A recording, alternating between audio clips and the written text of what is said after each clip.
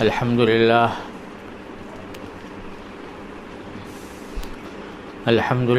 نحمده ونستعينه ونستغفره ونؤمن به ونتوكل عليه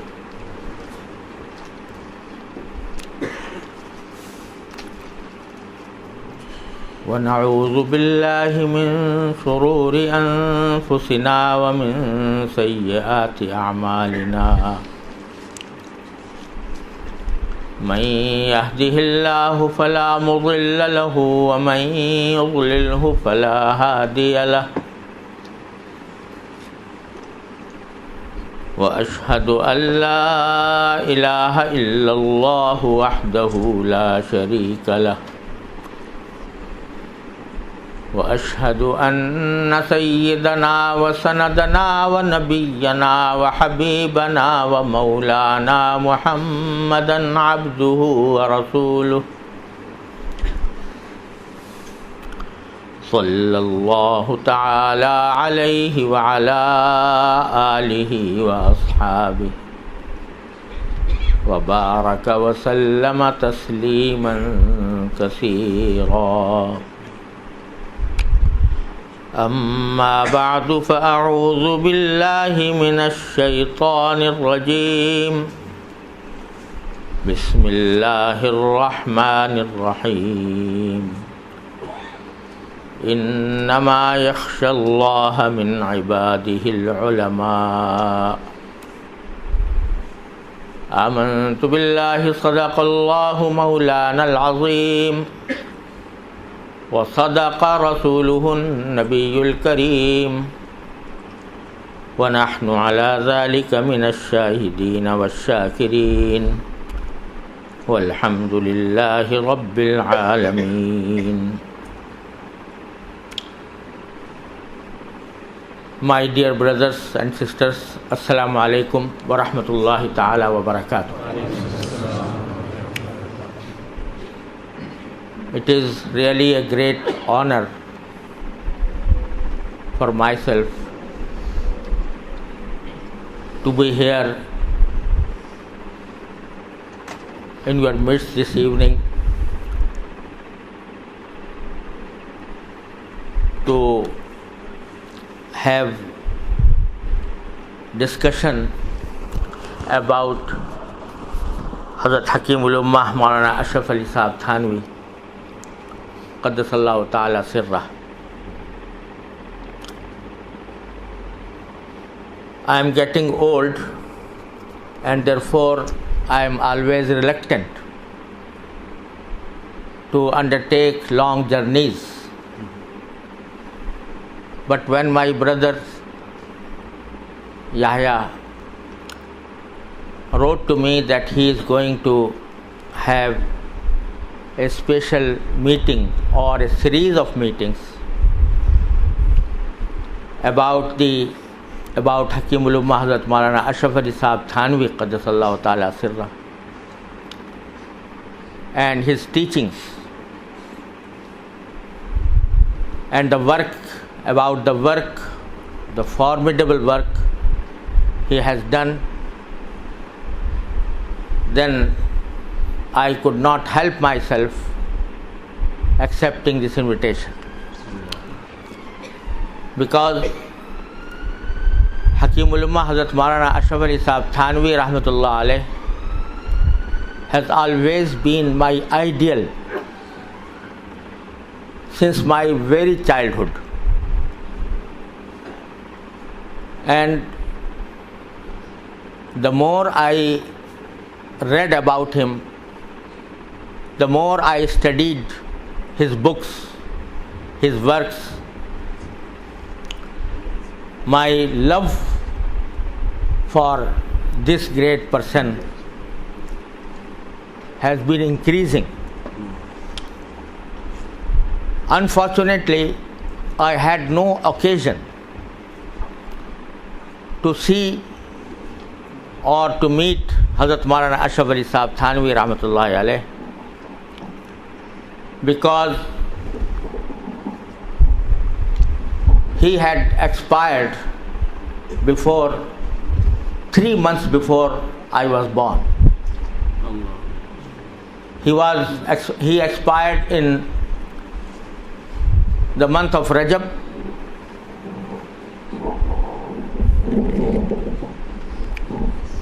and I was born 3 months later in Shawwal.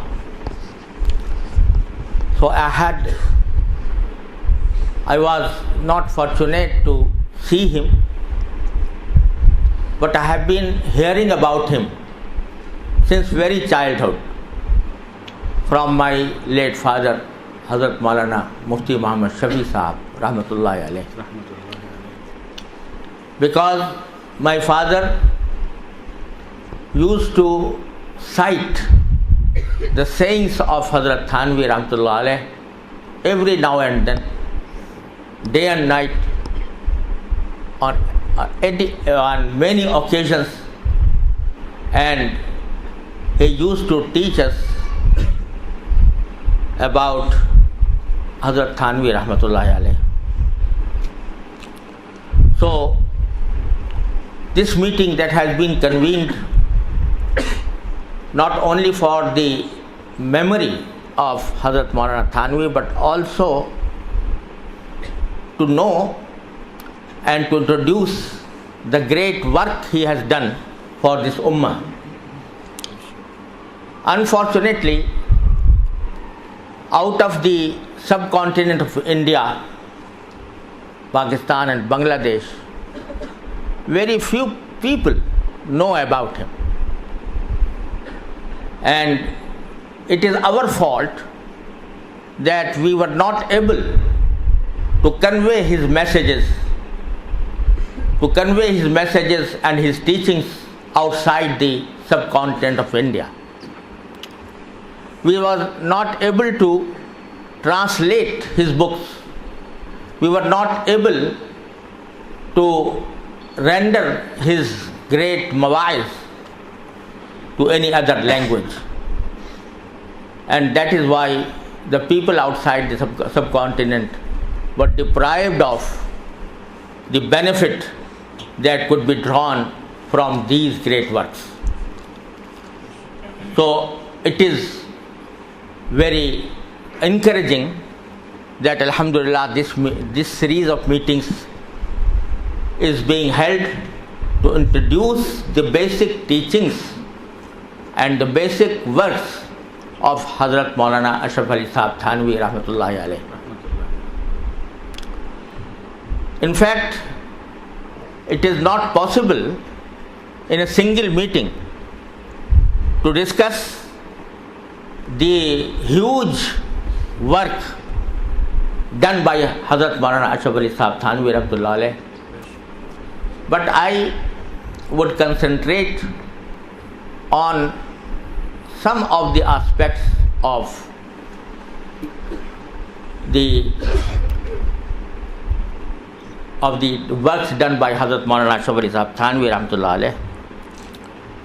As many of you know, Maulana Ashraf Ali Thanwi, Rahmatullahi alayh, was educated in Darul Uloom of Deoband. And when he studied in Darul Uloom of Deoband, he was the pupil of Hazrat Sheikhul Hind Maulana Mahmudul Hasan Sahab, Rahmatullahi alayh, and many great ulama. And while studying there, he concentrated himself to get education and did not turn to any other. He had many relatives in the same town of Deoband, but he never went there and concentrated himself to get education. After which he was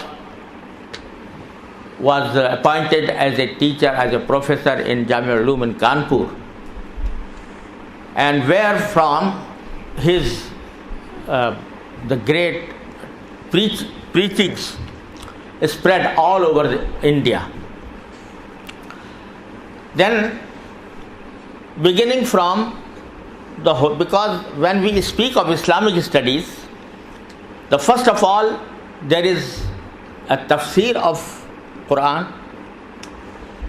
secondly hadith, ahadith of Rasulullah sallallahu alaihi wasallam. Thirdly, Islamic jurisprudence and Islamic fiqh. And fourthly, the tazkiyah or ihsan or tariqat or tasawwuf, by whatever name you call it. Hazrat Maulana Ashraf Sahib Thanwi Rahmatullah Alayh has formidable works on in all these spheres. As for tafsir of Quran, he has the wonderful tafsir of Bayanul Quran, although written in Urdu language, and sometimes it is presumed that being in Urdu, it addresses the needs of the common people. But I quote Hazrat Maulana Anwar Shah Sahab Kashmiri Rahmatullah Alayh, Allama Anwar Shah Kashmiri Rahmatullah Alayh, an ocean of knowledge, such a great person, about whom Maulana Shabbir Ahmad Sahab Usmani Rahmatullah Alayh used to say that perhaps no book has been left by Maulana Anwar Shah Kashmiri, but he has underwent the study of that book. And Hazrat Maulana Ashraf Ali Sahib Thanwi Rahmatullah Alayh himself used to say that when Allama Anwar Shah Kashmiri comes before me, I feel a sense of awe of the knowledge he has. Allama Anwar Shah Sahib Kashmiri Rahmatullah Alayh used to say about Bayanul Quran, the tafsir written by Maulana Ashraf Ali Sahib Thanwi Rahmatullah Alayh, that this tafsir is not for laymen or common people. This is beneficial for the ulama, and the real value of this tafsir comes out when a person goes through all the tafasir, Arabic tafasir, and then he turns to Bayan al-Quran. He will find that Maulana Ashraf Ali Sahib Thanwi Rahmatullah Alayh has summarized the basic principles and basic interpretation of the Holy Quran, which makes one needless to turn to other tafasir. So this is what he has done about the tafsir of Holy Quran. Another aspect which I have noticed, because I used to study his mawaiz in his lectures or his dissertations, I always keep one of his mawaiz on the side of my bed, and before sleeping I at least read one page from the mawaiz. So while going through the mawaiz, I noticed that when he quotes an ayah of Holy Quran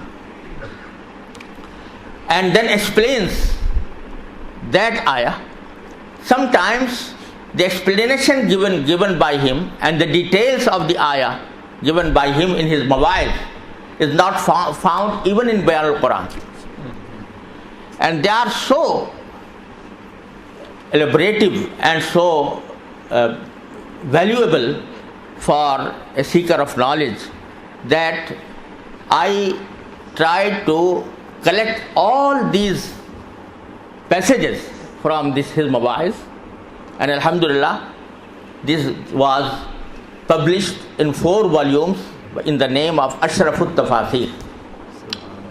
So if you turn to that, you will find that the fine points given by Hazrat Maulana Ashraf Ali Sahib Thanwi Rahmatullah during his mawaiz are not found in any tafsir, and it is perhaps because Allah subhanahu wa ta'ala, through his ilham and inspiration, gave him some points of about the delicate subjects of the Quran, of the Holy Quran. So this is another aspect of his service to the tafsir of Holy Quran. Turning to the ahadith of Rasulullah sallallahu alaihi wasallam, he has been teaching all the books of ahadith for several years in Jami'ul Ulum Kanpur, and then in Thana Bhavan also. But his great work that he has undertaken and was completed by his pupil Maulana Zafar Ahmad Sahib Usmani Rahmatullah Alayh is Alaw Sunan. Alaw Sunan, which has two introductions, detailed introductions, the like of which you will never find in any other book. Turning to the Islamic fiqh, he has been writing Fatawa and Imdadul Fatawa. Imdadul Fatawa is the collection of his Fatawa he has delivered throughout his life. It has been published in 6 volumes, and the ulama can really appreciate the valuable discussions about very delicate subjects of fiqh. And alhamdulillah, it has been a book of reference for all the muftis knowing Urdu speaking, or who know Urdu and can benefit from Urdu language. Although it is also in Urdu, but it is of benefit for the ulama, for all ulama throughout the world. So these are some basic words of Hazrat Maulana Thanwi Rahmatullah about the ulum, the branches of knowledge that are called ulum al-zahir. But the renovative work rendered by Hazrat Maulana Ashraf Thanwi was about tasawwuf and tazkiyah and ihsan. The days in which Hazrat Maulana Ashraf Thanwi Rahmatullah started his work, in those days there were two extremes about the concept of tasawwuf or tariqat. Some people argued that tasawwuf has nothing to do with Sharia. He has no source in either in the Holy Quran or in the Sunnah of the Holy Prophet sallallahu alaihi wasallam, and it is just innovation, a bid'ah innovated by some Sufis, and tasawwuf has nothing to do with the Holy Quran or Sunnah of the Holy Prophet sallallahu alaihi wasallam. Hazrat Maulana Thanwi Rahmatullah was explained the basic sources of tasawwuf from the Holy Quran and Sunnah of the Holy Prophet sallallahu alaihi wasallam. There was another extreme in the very days, and particularly in many parts of India, where tasawwuf was actually a bid'ah, because tasawwuf was perceived to be something over and above the ulum al-Quran or ulum al-Sunnah. Sufis were called the people who did not pay any heed to the dictates of Holy Quran and Sunnah of the Holy Prophet sallallahu alaihi wasallam. They just said that it is enough for a person to purify his heart, and this purification, for that purification, they adopted some ways that were quite against the dictates of Sharia. They have concentrated, and they said that tasawwuf or tariqah is only some dreams or kashf or ilham or karamat, etc., etc.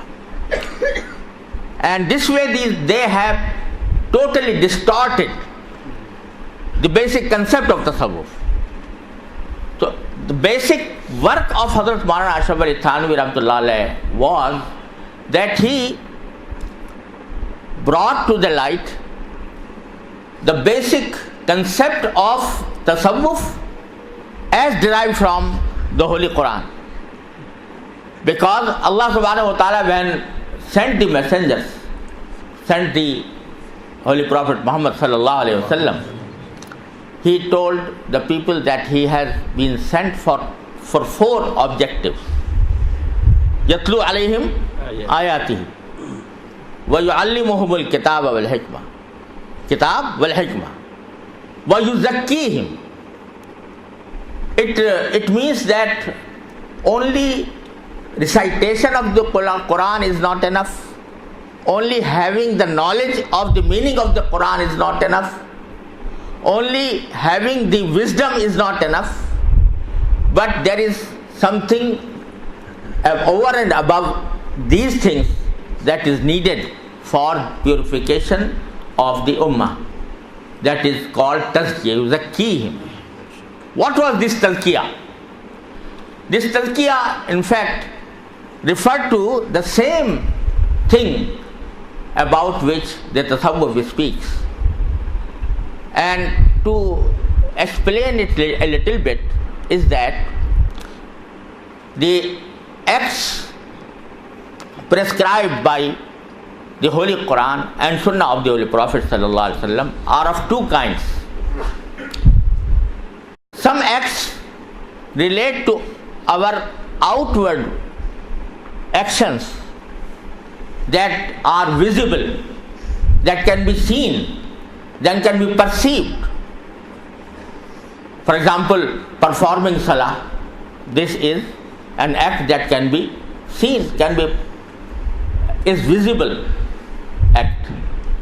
Or keeping fast, or paying zakah, or performing hajj or umrah. All these acts are visible, physically visible. These are called al-a'mal al-zahirah, outward acts. But at the same time, Allah subhanahu wa ta'ala in the Holy Quran has ordered us has prescribed for us certain acts that are not visible, that relate to our inward life, inward qualities. For example, Allah subhanahu wa ta'ala has commanded us to keep patience. Wasbir wa ma sabruka illa billah. Ya ayyuhalladhina amanu isbiru wa sabiru wa rabitu. Sabr is something that cannot be visible, cannot be performed through our outward body. It is something inherent in our heart. So this type of ahkam are called al-a'mal al-batina. So purifying one's heart through these a'mal al-batina is called tazkiyah. And this tazkiyah was done by Rasulullah sallallahu alaihi wasallam for the whole Sahaba, and Sahaba did it for their own pupils, tabi'een, and so on.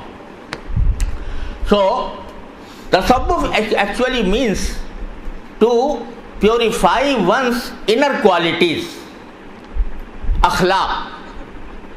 And it can be explained, to put it another way, we have in our body some organs, limbs, etc., some parts of our body, and the beauty of our body,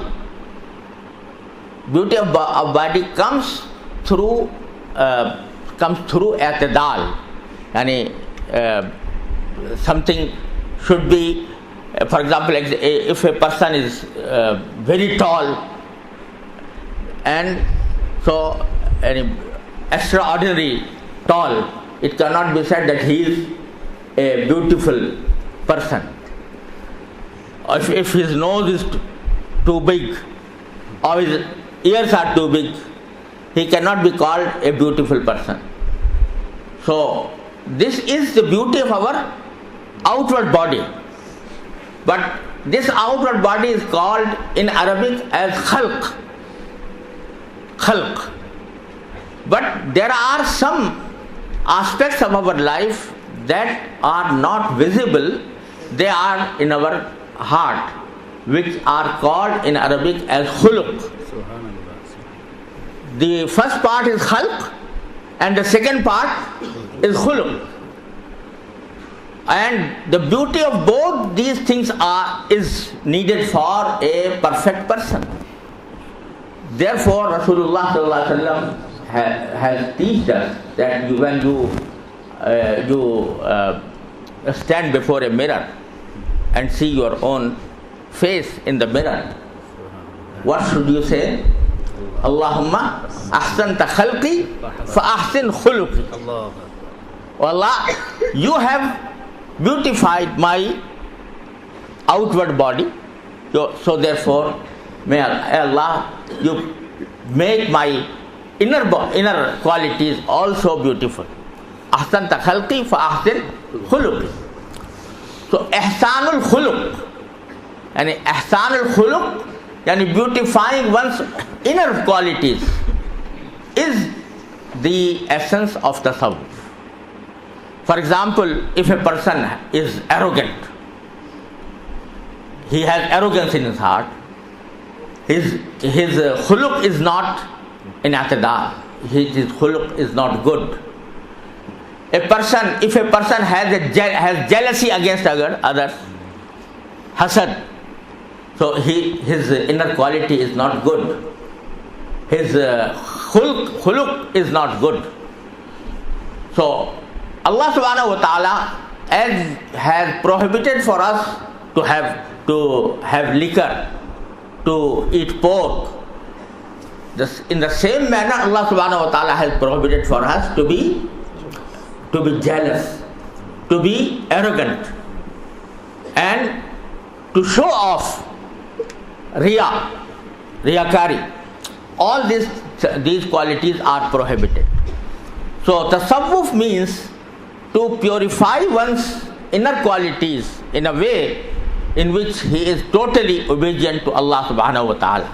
He has neither arrogance, nor jealousy, nor riyakari. So he should have ikhlas, that is sincerity, when performing any act of worship. And then he must be polite before others. He must have the sense that he should not be a cause of trouble for any other person. All these inner qualities are the subject matter of the knowledge of tasawwuf and tariqah. Hazrat Maulana Ashraf Sahib Thanwi Rahmatullah alayh, through his books and through his writings and through his mawaiz, has enlightened both aspects of tasawwuf. He has refuted those who used to say that tasawwuf is something alien to Sharia, something foreign to Sharia, something against Sharia. And for that purpose, he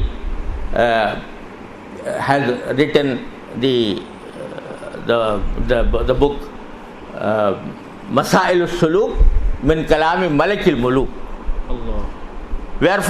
in which he has inferred the Masail of Tasawwuf from the Holy Quran. And he has At-Tasharruf bi Ma'rifati Ahadith al-Tasawwuf, in which he has quoted those ahadith that enlighten us about the problems of tasawwuf. And I think this is the book that the translation of which has been launched and has been rendered in English by Yusuf Dar Ranzo, Hafizahullah Ta'ala. So on the one hand, he proved that the tasawwuf is not something against Sharia or something over and above Sharia. It is a part of Sharia. It is a part of the teachings of the Holy Quran and Sunnah of Rasulullah sallallahu alaihi wasallam. On the other part, he, through his mawaiz and through his books and through his majalis, he explained how to achieve these inner qualities that are required by tasawwuf. And he has removed many misunderstandings or misconceptions about tasawwuf. For example, he used to say that one basic requirement of tasawwuf is that a person should not be a cause of any trouble to any other person. And I recall that my elder brother, Muhammad Taqi Uthmani, rahimahullah ta'ala, when he was young and he learned to write. So my father, Hazrat Mufti Taqi Uthmani, instructed him to write the first letter to Hazrat Thanwi. So when he learned how to write, the first letter he wrote to Hazrat Thanwi. But obviously he was learning how to write, so his writing was not so good. So when the letter reached Hazrat Thanwi, he replied the letter and encouraged him and said that I was pleased to know that you have now learned how to write. May Allah give you barakah. But at the same time, I advise you to improve your writing style.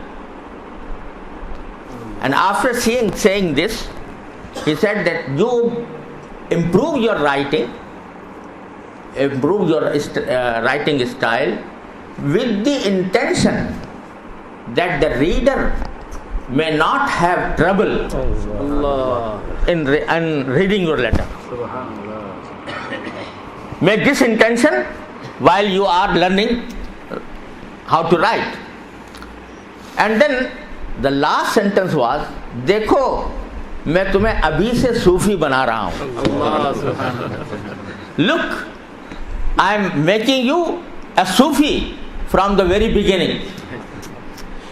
So, if a normal, a common man who does not know about tasawwuf, he seems that tasawwuf is only to have muraqabah and kashf and ilham and sitting on the musalla and making zikr, etc. But he does not understand what is the relevance of tasawwuf or Sufi from writing a good, improving his writing. But from that letter he told that it is tasawwuf. That if you write something and improve your writing with the intention that the reader may not have trouble, then this intention makes this an act of worship. This intention makes the whole thing an ibadah on which inshallah Allah subhanahu wa ta'ala will give you a reward. So his way of training people was that the basic essence of the tasawwuf is to make oneself away from creating any trouble for any person. And this is exactly what the Sufiya Kiram have said. Tariqat bajul khidmate khalq nes, the tasbih sajjada o dalq nes, tariqat bajul khidmate khalq nes. Yahan tariqat yani tasawwuf is not tasbih, is not sajjada, musalla. Or tasawwuf is not wearing a particular type of clothes. Tariqat bajul khidmate khalq nes. Tariqat is to serve the people, to render services to the people, and to make oneself khadim of all other people. This is the essence of tasawwuf.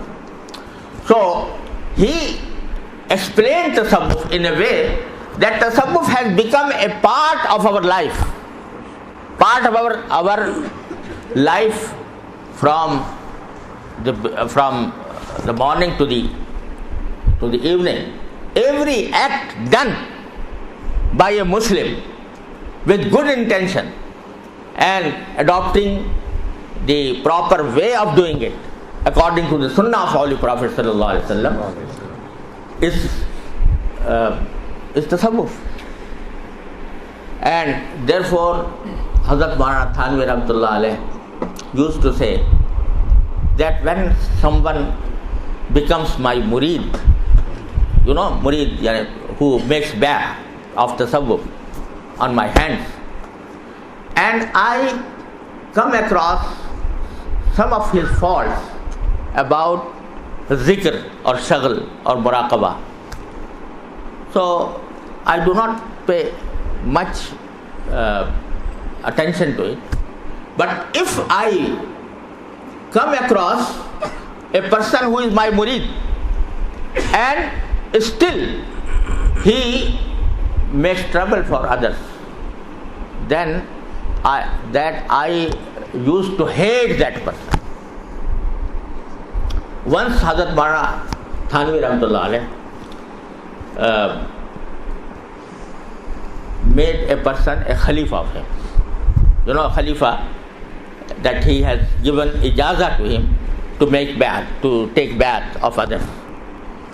That khalifa once came to him traveling to Thana Bhavan and came along with his child and presented that child before Hazrat Maulana Thanwi, that I have brought this child in order to seek dua from you about this child. Please make dua for him. Hazrat Maulana Thanwi rahmatullah alayh made dua for him. May Allah give him barakah. Then he asked the Khalifa, what is the age of this child? He said his age is 13 years. Hazrat Maulana Thanwi rahmatullah asked him, did you purchase a full ticket for him? No. Did you purchase a full ticket of railway ticket for him, or half of the ticket? He said a half of the ticket. He said why? Because according to the rules, if a child is above 12 years, he is charged full fare of the transport. How did he said? In fact, I did not pay attention to it, and he looks like less than 12 years. Hazrat Maulana Thanwi said to him, I withdraw my Khilafah. Because he said, मौलाना आपको तसव्वुफ की हवा भी नहीं लगी. यानी you did not even have the air of tasawwuf, because tasawwuf is to comply with all the dictates of Sharia. This train is not yours. Train is owned by someone else. He has made some rules. You must abide by those rules. If you violate those rules, this is against Sharia. And whatever is against Sharia is against tasawwuf. So in this way, Hazrat Maulana Ashraf Ali Sahab Thanwi rahmatullah used to train people, and because this is in fact purchasing a lesser ticket, this is because of the love of mal, hubbul mal. But for this hubbul mal, that person should have purchased the full ticket. Once Maulana Ashraf Thanwi was travelling from Saharanpur to Kanpur, perhaps to Kanpur. So he used, if he had some baggage over and above the authorized weight, he used to go to the relevant office and pay the extra fare for the baggage. So he was standing in the line along with his baggage. So a fellow, a railway officer, he used to be Hindu police officer, railway officer. He knew Hazrat Maulana Thanwi Abdullah, knew his piety. So when he saw him standing in the line, he came to him and asked him, Maulana, where are you standing here? Maulana said that I have some extra baggage, I want to pay. He said, no, why are you paying this extra amount? I am the officer and I exempt you from that. So Maulana said, how are you exempting me? When I board the train, then there will be another officer who will ask me that this baggage is extra. He said, no, don't worry about it. I'll tell the guard of the train. He will not, object on your extra baggage. He said, but that guard, up to what station, up to what town he will accompany us? He said, he will be to a particular station. I said, what will happen after that? He said, after that he will tell his successor, and he will not object on you. He said, then when when I reach Kanpur, then the people will ask me, you have extra baggage. He said, the guard will tell the Kanpur officers and they will relieve you. Then what will happen after that? Nothing to happen. Nothing to happen. After that you will be relieved and you will go to your destination. One said, no, I have another journey after that. So what is that journey? He said that after this journey I have to go to my Allah subhanahu wa ta'ala. And who will save me from there? So this was the way of thinking of Hazrat Maulana Ashraf Thanwi about tasawwuf. All these things were tasawwuf. Not only just sitting alone and making zikr, etc. Making zikr, no doubt, is a great thing, but it is not the basic objective of tasawwuf. It is something to help one to refrain from sins. It is something rewardable with Allah subhanahu wa ta'ala. But the main thing is to purify one's inner qualities, al-khuluq al-hasan. And for that purpose he had a khanqah in Thana Bhavan, where all the people used to come and stay, and he used to oversee each and every harakat of everybody and used to train them about that. Then he, sometimes I feel that Allah subhanahu wa ta'ala, when Allah subhanahu wa ta'ala chooses a person for the service of his deen, then each and every minute of his life becomes beneficial for the ummah. Sometimes I feel that it is reported by all the Khulafa of Hazrat Maulana Ashraf Thanwi Abdullah that he used to have a majlis, a sitting after Dhuhr.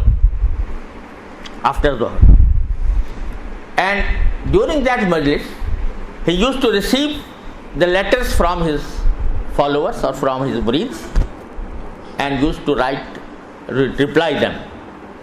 The people are sitting before him, and he is reading the letters and replying to those letters. And while replying to those letters, because the people who wrote him letters used to ask them many questions about Sharia, question about fiqh, masail, questions about tasawwuf, questions about tafsir, questions about hadith, etc., etc. So used to write. So when he felt that a question is such that its reply will benefit those present here, he used to say that a person has asked me this question and I am writing his reply in these words. And by the way of replying that question, he used to say many principles of tasawwuf, many principles of Sharia, etc. This was his one of his ma'mulat from in the Khanqa of Thana Bhavan.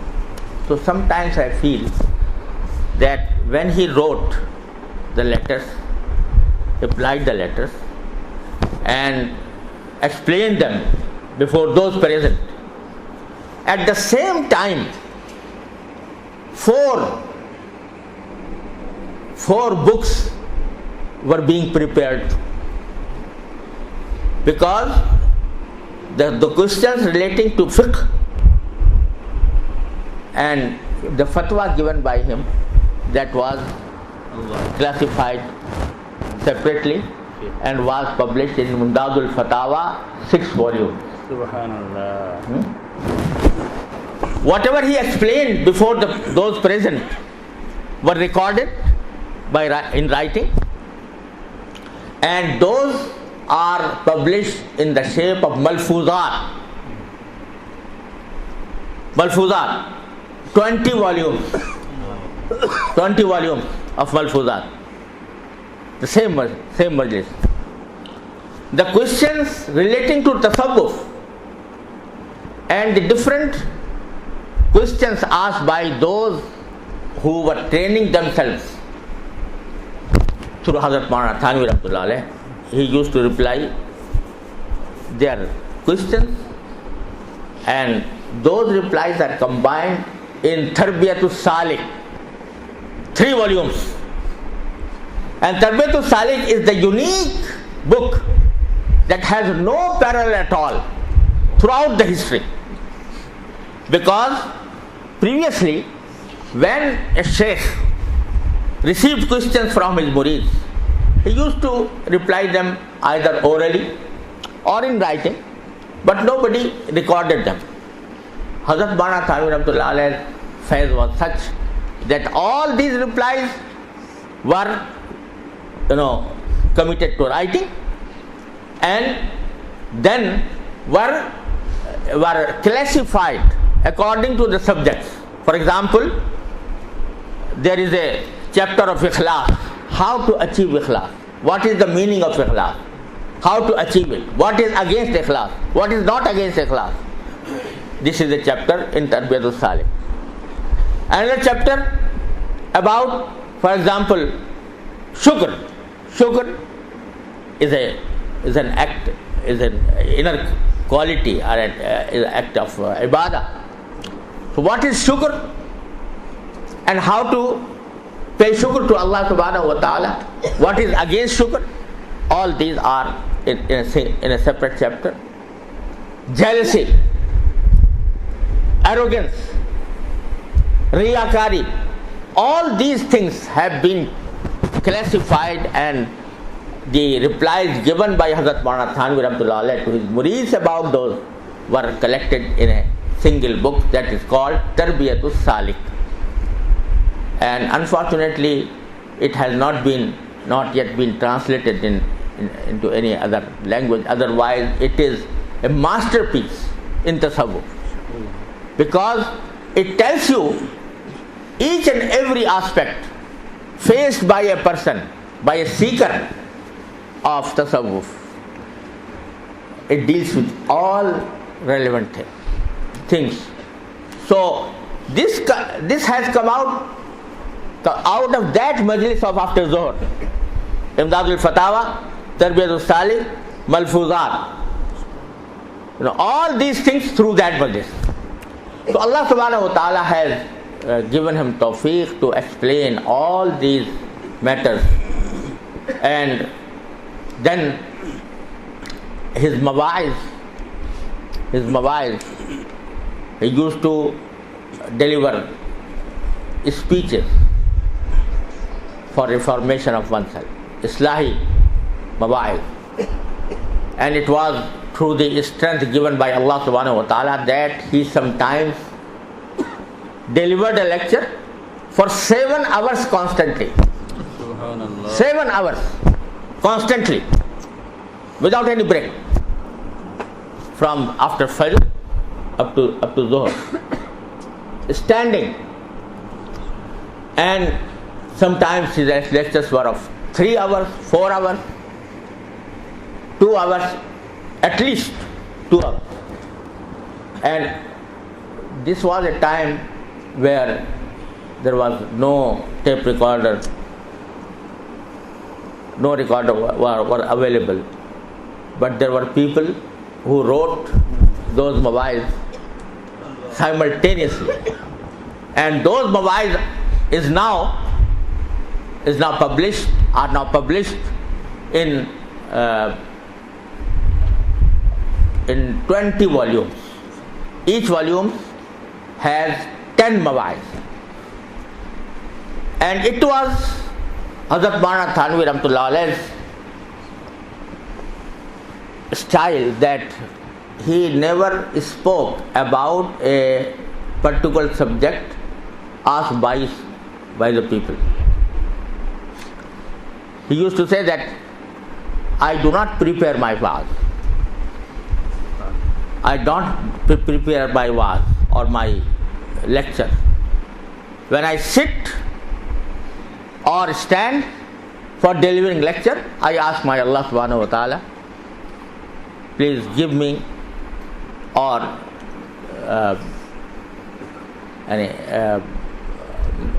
give me tawfiq to say such things that may be beneficial for the audience. And then a flow of subjects came, and strange aspects that were never heard of were delivered by Hazrat Maulana Thanwi Rahmatullah Alayhi. But at the same time he used to say that it is only Allah's tawfiq. It is only Allah's tawfiq. I have no knowledge. I have no piety. This is Allah's tawfiq that He puts in my heart those things that are beneficial for the audience. Once there was a big assembly, big majma, and he was invited to deliver wa'az. He stood up. He himself tells this story, that I stood and he used to recite the khutbah, the same khutbah as I have recited right now. So he said that I recited the khutbah, and normally when I recited khutbah, a ayah of Holy Quran used to come to my heart and I started explaining it. But at that time, while reciting khutbah, no ayah came to my mind.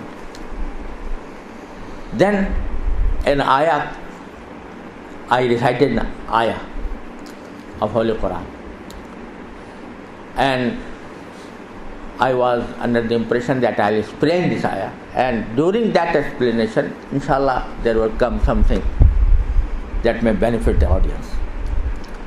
But he said that I translated the verse of the Quran, but nothing came to my mind. Second, I translated it again, for the second time. Nothing came. Thirdly, and after that, I felt that it is not Allah's will at this moment that I deliver a lecture. So I told the audience frankly that although I have recited this ayah and translated them, but nothing is coming to my mind to say. So therefore I apologize, and wa akhiru da'wana alhamdulillahi rabbil alamin. Allah. Stopped. Because the main purpose was to give nasiha with ikhlas, sincerity. Not because he was showing himself as a lecturer or as a wise or as an alim. When the mind was stopped, then he stopped the lecture and just went away. So this type of person, when he renders his services with ikhlas for the pleasure of Allah subhanahu wa ta'ala, not to show himself as alim or as wise or as Sufi, so then Allah subhanahu wa ta'ala bestows His mercy on him, bestows the ulum to him, and then those ulum benefit the ummah. And this is what exactly happened with Hazrat Maulana Ashraf Ali Sahab Thanwi rahmatullahi ta'ala alayh. Now unfortunately, even in our days, and particularly in Western countries, there is a craze of Sufism. Many people, Orientalists, many people who are not even Muslims, they are writing books on Sufism. And Sufism is taken as a shield against Sharia. And there is a movement throughout the world, especially in Western countries, that they praise Sufis, they preach that one should be a Sufi. But the Sufi means, according to them, Sufi means a person who does not care about the ahkam of Sharia. Sufi means who plays music. Sufi means who, trains people in muraqabat or yoga or something like that. And they say that this is the purification of one's spirit. These are the spiritual things. So this has nothing to do with real Sufism. Real Sufism is what the Holy Quran and Sunnah of the Holy Prophet sallallahu alaihi wasallam has taught. All the big Sufis, Sheikh Abdul Qadir Jilani rahmatullah alayh, Muinuddin Chishti rahmatullah alayh, Nizamul Awliya rahmatullah alayh, Fariduddin Ganshagar rahmatullah alayh. Every big Sufi has said in so many words that Sharia is the main thing. If one doesn't follow Sharia, if he doesn't follow Sunnah of Rasulullah sallallahu alaihi wasallam, he can never be a Sufi. So my young brothers who sometimes hear about this Sufism must be aware of this misguidance that given by those people who say that Sufism is something against Islam or against Sharia. Once, I was in Darul Uloom, a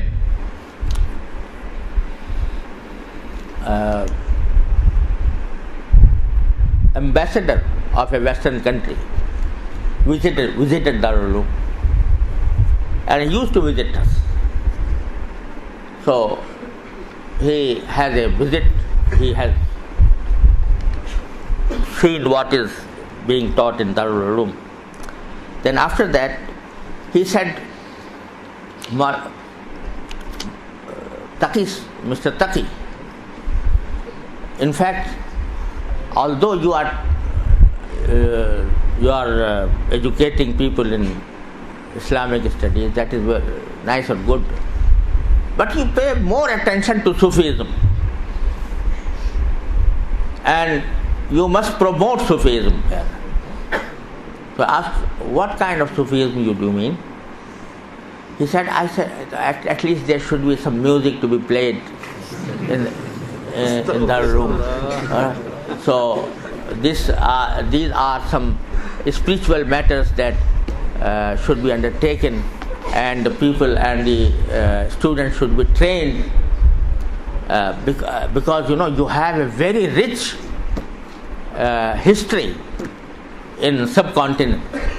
You have a very rich culture in Sindh, in Punjab, in Sarhad, etc., in frontier. And I have gone through all these cultures and found them that while they are on a tomb of a big Sufi, they make qawwali, they play music, and they dance. So this dance and this music and this is something to improve one's spirit, and this is a spiritual thing that you should pay attention to. Then I told him that perhaps you have studied Sufism by seeing these people dancing over the tombs of the big Sufis and playing music, or perhaps you have studied some Western books on Sufism, but let me tell you what Sufism is. Then I explained to him. So he was wondering. He said, oh, I thought quite opposite of this. I thought that this Sufism is something spiritual and has nothing to do with the outer acts of it. So if someone does not follow the outer acts or injunctions of the Sharia, then still he follows these things, and spiritually he calls Allah subhanahu wa ta'ala while dancing, while playing music, etc., then he will be a big Sufi, and he will be completing the basic objective for which the passengers came here. So this is the concept of Sufism that is being promoted intentionally sometimes, and in order to avoid the injunctions of Islam. So my young brothers present here should be very careful and should be aware of this movement that is going on. If they study Maulana Ashraf Ali Thanwi Rahmatullah Alayh, they will find the true essence of the tasawwuf, inshallah.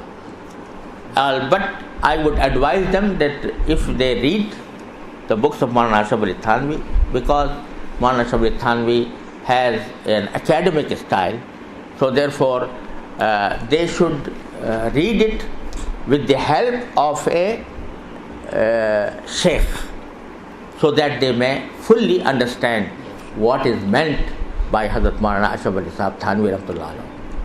With these few words, I pray Allah subhanahu wa ta'ala that He may give us guidance and may make us understand the true spirit of Islam, true spirit of the ahkam of Sharia, and true spirit of tasawwuf and tariqah also. Wa akhiru da'wana anil hamdulillahi rabbil alamin.